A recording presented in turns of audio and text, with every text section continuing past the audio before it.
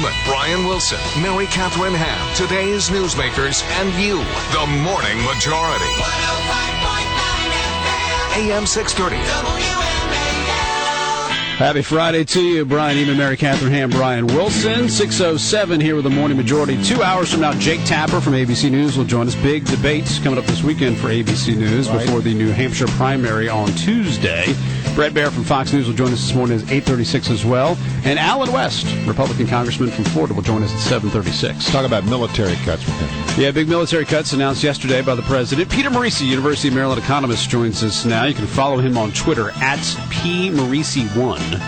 Good morning, sir. How are you? Good morning. Good morning. So job numbers are released later today. What are you expecting? Well, the forecast was 150,000. This payroll survey of the ADP. private sector would indicate more, but that's a very erratic survey and doesn't always track. But still, it was such a huge number that came out with on Wednesday, like 350,000 private sector jobs. And I got to believe we're going to do better than 150 on overall today. And does that mean the economy is getting slowly better? Well, we're expecting a decent number because the fourth quarter was very good and employment numbers tend to lag. But most economists expect the economy to slow down again in the first quarter because basically households were spending too much money. They're running up credit card debt again. And this time around, they can't refinance that credit card debt by, getting a second mortgage. So, there are limits to how far you can carry credit card spending. There's been a lot of talk about this recess appointment that the president made earlier this week, or the non-recess appointment that he made. Or whatever you want to call it, yeah. Yeah, whatever you want to call it, the lunch break appointment, as we've been calling it, instead of the recess appointment. Does this agency do anything? Is it going to do any? Will it really protect consumers, and will it have any effect on the economy whatsoever? Well, those are two different questions. Will it do something? Watch for a lot of civil litigation. Oh, super. That's what this president lives for. He likes to do this kind of stuff. He likes to take companies to court. Watch for a lot of civil litigation against banks on particular practices, but overall, what we're learning is it's very hard to outsmart the banks. They pay a lot more for their lawyers, and they have a lot more of them. No matter what kind of financial regulation we come up with, the monopolization of banking in the United States, over 60% of the deposits are controlled now by a handful of Wall Street banks. So they're the ones like Capital One that can finance credit cards. Make it very, very difficult to regulate these people. We're going to have a very different approach, but Mr. Obama is not the president to embrace such an approach. He doesn't believe in competition. But this agency is put under the wing of the Federal Reserve, right? Well, what there was an effort to separate it from, say, the Federal Trade Commission because they felt that other agencies hadn't done their jobs. Really, what it was they wanted to create a job for Elizabeth Warren. There was no reason to create this agency. There are other agencies that are in charge of doing this, or were in charge of doing this, but they weren't doing their job. So the idea is to get them to do their job, not have idle bureaucrats and create another agency, and that's what they've done. Price of oil, it's up.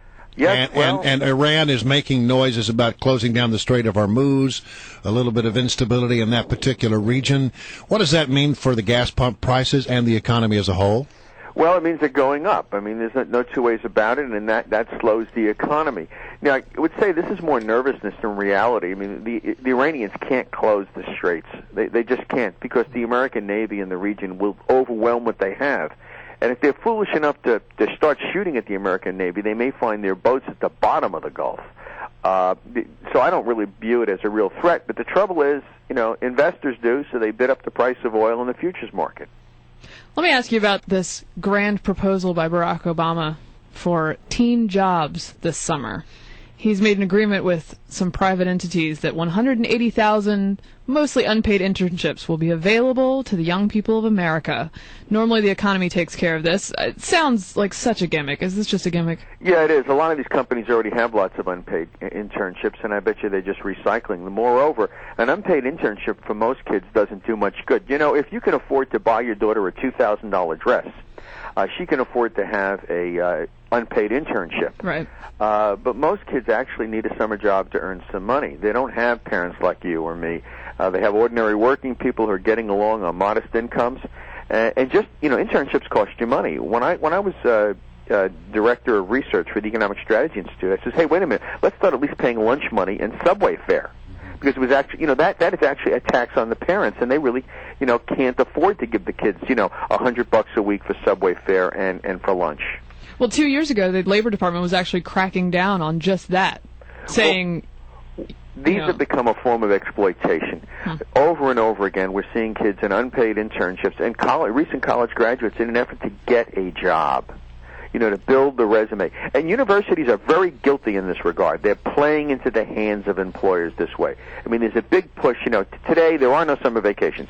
People say the students don't work. My God, they work all the time, 13 months a year now. They got them in these unpaid internships or low-paid internships where they're essentially exploited by employers. I don't like this at all. Barack Obama's economy is not working. It's not creating enough jobs. And the people that get hardest hit are at the two ends. The older people that get laid off and they never get in a job again, and young people who can't get a first rung on the ladder. Maybe Mr. Obama ought to do something about the jobs market, which he's not, and then the marketplace would take care of it. Right. That's what we were talking earlier. Hey, what's going on in Europe? Because alternatively, and we say, okay, things are a little better. Now things are not better. Things are good. Things are bad. What's the current situation? Because I noticed the market seemed to be a little nervous about that yesterday. We've used a Sam's Club palette of Band-Aids. Yeah, well, basically, a better way to look at it would be like giving Kodak yet another line of credit. Basically, giving Italy another line of credit is useless. They're paying over 7% on 10-year bonds. You simply can't make that country's finances work. If the United States government started paying 7% on its debt, the level of government cutback would be enormous. And in Italy, it's worse. So my feeling is that they are structurally broken, and that they are moving around the chairs on the deck of the Titanic over there because the Germans won't do what needs to be done to fix the continent, which means considerable sacrifice on their part. If they want this Euro, zone, greatest sphere of German prosperity, they have to pay for it. Well, if it's like the Titanic, then when is it going to sink? I want to know. Well, you never know. It depends on how much abuse the Italian, Greek, and Spanish people are willing to put up with.